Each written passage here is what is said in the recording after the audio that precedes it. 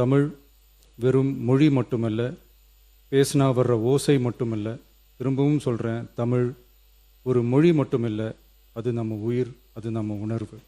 நம்மளை பெற்ற தாயை அம்மானு சொல்கிறப்பெல்லாம் பாசமும் சொந்தமும் நம்மளை அறியாமலே உயிரா உறவா உணர்வா தானா உள்ளுக்குள்ளே தோணும்ல. அதே மாதிரி ஏன் இன்னும் ஒரு படி மேலே போயே சொல்லலாம், தமிழ்னு சொன்னாலே எப்படி இருக்கும், என்ன ஆகும்னு சொல்லவா வேணும். மாண்புமிகு பேரவைத் தலைவர் அவர்களே, மொழி எப்பவும் தொடர்புக்கான ஒன்று தான், இல்லைன்னு யாரும் மறுக்கவே முடியாது. உலகத்தில் இருக்க எல்லா மொழிக்கும் இது பொருந்தும், அதையும் யாரும் மறுக்க முடியாது. ஆனால் நம்ம தமிழ் வெறும் மொழி மட்டுமல்ல, பேசினா வர்ற ஓசை மட்டுமல்ல. திரும்பவும் சொல்கிறேன், தமிழ் ஒரு மொழி மட்டுமில்லை, அது நம்ம உயிர், அது நம்ம உணர்வு.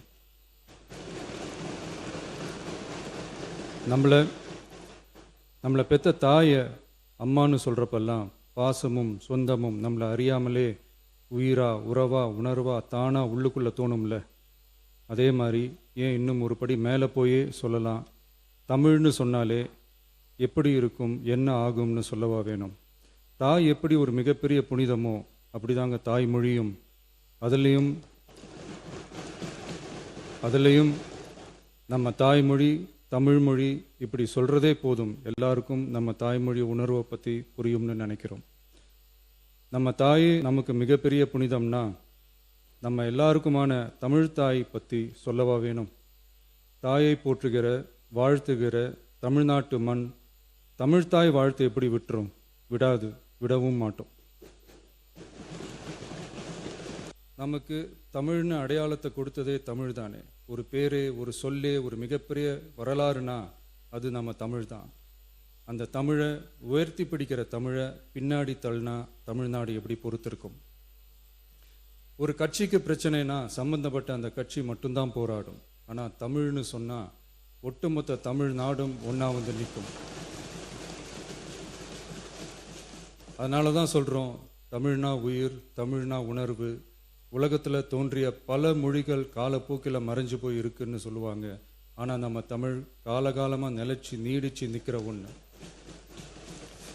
தமிழில் என்ன இல்லைங்க, இலக்கணம் இலக்கியம்னு பல ஆயிரம் வருஷமாக இருக்கிறது நம்ம தாய்மொழிக்கு தானே.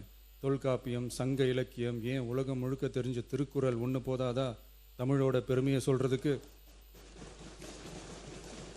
இவ்வளவு பெருமை கொண்ட தமிழ் மொழியோட ஒரு அடையாளம் தான் நம்ம தமிழ்தாய் வாழ்த்து.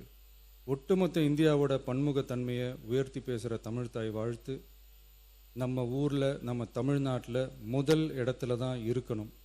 நம்ம இந்திய அரசியல் சாசனமே ஒவ்வொரு மாநிலத்தோட மொழிக்கும் பண்பாட்டுக்கும் பாரம்பரியத்துக்கும் பாதுகாப்பு உரிமையை கொடுத்துருக்கு தானே.